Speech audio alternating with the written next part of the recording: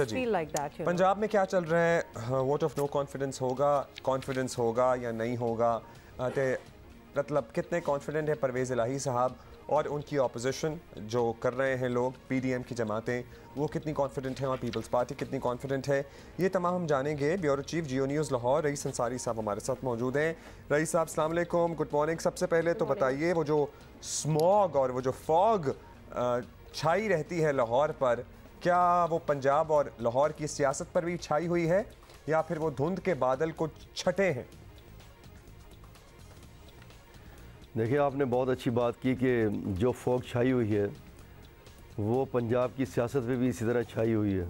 वो गर्मी के दिनों में भी फॉग ही छाई रहती है इन पर। बात जब आपने पंजाब की कि ये एतमाद का वोट लेने जा रहे हैं या नहीं लेने जा रहे, इसमें मुझे तो महसूस होता है कि इमरान खान ही असम्बली नहीं तोड़ना चाहते, क्योंकि अगर इमरान खान असम्बली को तहलील करना चाहते तो वो सिंपल वज़ीर आला लिख कर भेज देता, तो गवर्नर को उस पर अमल करना पड़ जाना था।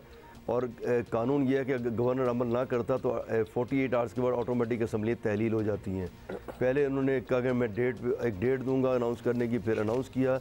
उन्होंने पूरा मौका दिया अपोजिशन को, भाई अगर तुम रोक सकते हो तहलील होने से तो रोक लो, और वही हुआ। फिर अपोजिशन ने तहरीक एतमाद जमा कराई, स्पीकर ख़िलाफ़ भी जमा कराई, डिप्टी स्पीकर ख़िलाफ़ भी जमा कराई, और उसके बाद गवर्नर एतमाद का वोट लेने का कह दिया। अभी गोमगू की सूरत हाल है। परवेज़ इलाही ने भी कल कहा है जी मैं तो एतमाद का वोट नहीं लूँगा, और एतमाद का वोट ना लेने पर ही गवर्नर ने उन्हें डी नोटिफाई किया और मामला अदालत में चला गया।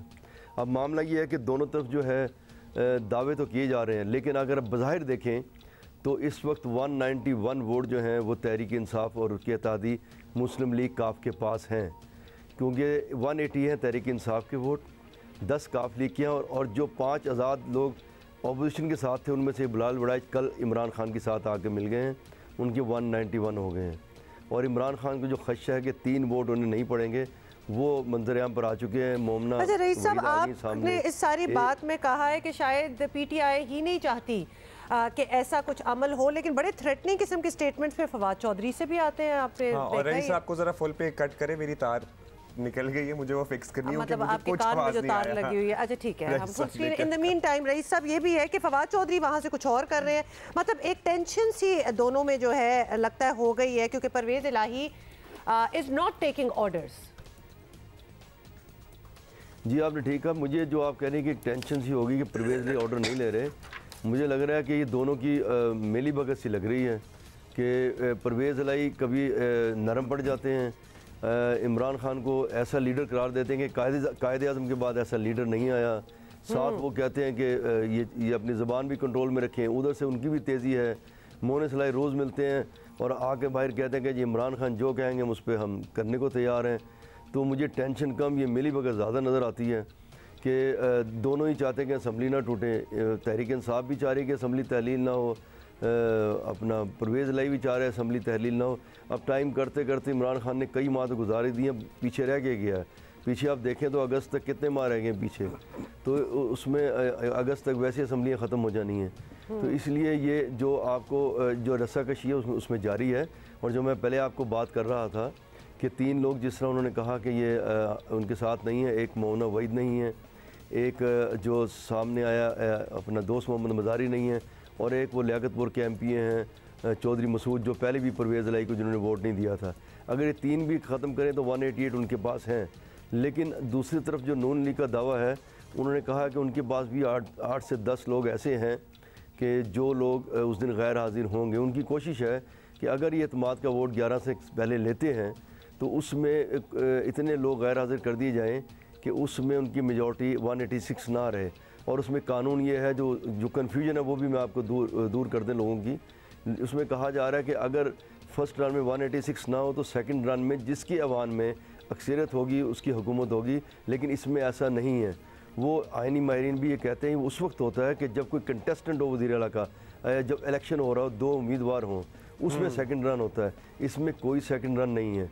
जब गवर्नर एतमाद का वोट लेने का कहा हुआ है, उसमें अगर लेंगे तो उसमें 186 ही होंगे। अगर 185 भी हुए तो स्पीकर को ये लिखना पड़ेगा गवर्नर को, और गवर्नर उसको गवर्नमेंट तहलील कर देगा। उसके बाद नए इलेक्शन की वज़ीर आला के नए इलेक्शन की तरफ जाएंगे। तो इसलिए नून लीग की कोशिश है कि उनकी जो अक्सरियत है वो ख़त्म हो। उनका दावा है और कि जो राब्ते में उनके लोग हैं।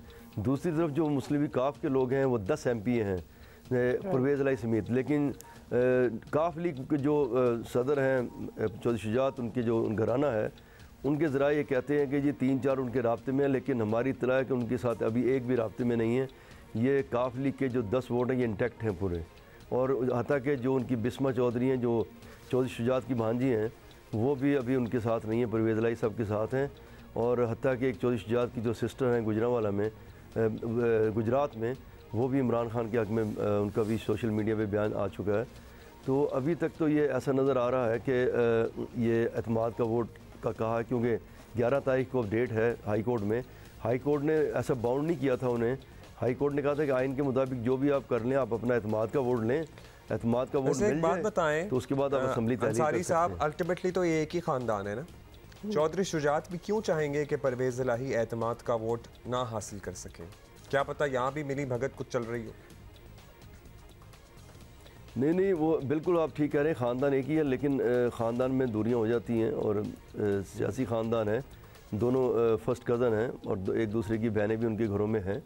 लेकिन अब जो ख़ानदान है ना, अगर देखिए ख़ानदान, उसमें चौधरी शुजात और उनके साहबजादे वो एक तरफ हो गए हैं, परवेज़ इलाही, मोनिस इलाही, वजात हुसैन, उनका बेटा हुसैन इलाही, उनकी एक चौधरी शुजात की एक बहन, ज़्यादातर सब परवेज़ इलाही के साथ आ गए हैं।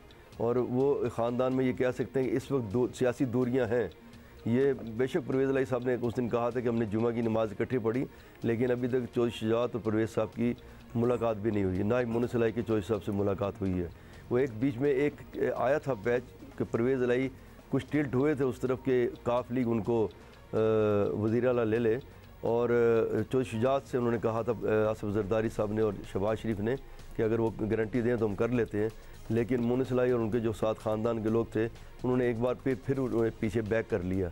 मैं ये समझता हूँ कि जो मुझे जैसा लग रहा है कि मोनिस इलाही जो है वो ज़्यादा तेज़ सियासतदान है बनिस्बत चौधरी शुजात के जो साहबजादे हैं सालिक हुसैन और शाफी हुसैन, उनसे ज़्यादा तेज़ सियासतदान है।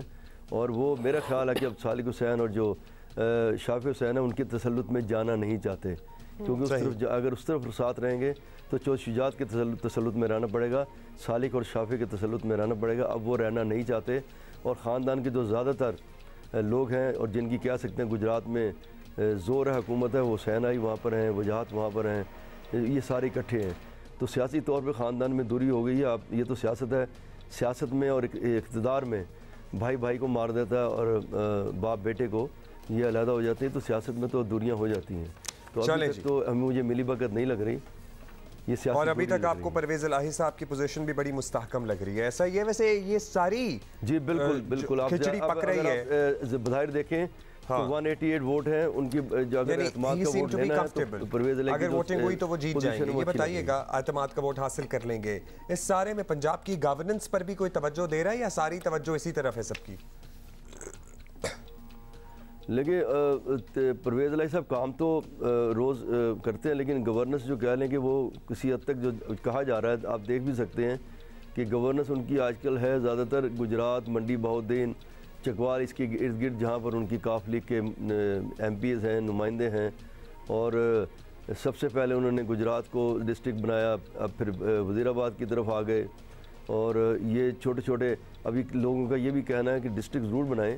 देखें अब ये वज़ीराबाद एक छोटी सी तहसील है, गालिबन 6 पुलिस स्टेशन है, तो उसके डिस्ट्रिक्ट बनाने की उसकी ज़रूरत नहीं थी। लेकिन क्योंकि हामिद नासिर चट्टा वहाँ पर हैं और उनके बेटे जिनको ज़ख्मी भी हुए थे इमरान खान के साथ, उनकी जो छोटा सा गांव कह लें उसको तहसील बनाने के लिए वज़ीराबाद को डिस्ट्रिक्ट बनाया गया। तो ये ज़्यादातर तवज्जो जो है गवर्नेंस की जो बज़ाहिर है, मुझे तो सिर्फ वो TV पे और अखबारात में नज़र आती है। अगर आप बाहर जाके देखें तो ऐसी नज़र नहीं आती। ना पुलिस किसी के काबू में है, ना दूसरे जो अदारे हैं वो किसी के काबू में हैं। लोगों को मुश्किलात का सामना है। सबसे बड़ी गवर्नेंस देखें कि आप महंगाई देखें कि जो दिल करता है रोज़ कभी 5 रुपये किलो बढ़ा देते हैं आटे पे, कभी 10 बढ़ा देते हैं।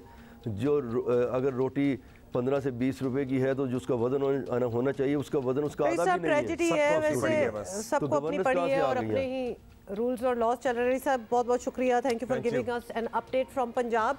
एक बात जिस पे बड़े प्राउड है परवेज़ इलाही साहब, वो कह रहे हैं जी इंशाल्लाह अब आप देखेंगे लाहौर की सफाई क्या होगी, क्योंकि उन्होंने उस टर्किश कंपनी याद है ना आपको, लाहौर की हवा तो वो की सफाई कहते का भी हैं कुछ नहीं कर सुनो रहे ना, हैं। उस टर्किश कंपनी के साथ उन्होंने दोबारा मुआहदा कर लिया है। पहले भी होती थी वैसे, आपको याद ही है। तो बीच में वो 3 साल जब खान साहब की तो वो तो हुकूमत आई थी गुज़ार तो साहब थे ना, वो उसको तो बंद निकाल पड़ गया दिया। था ना उधर।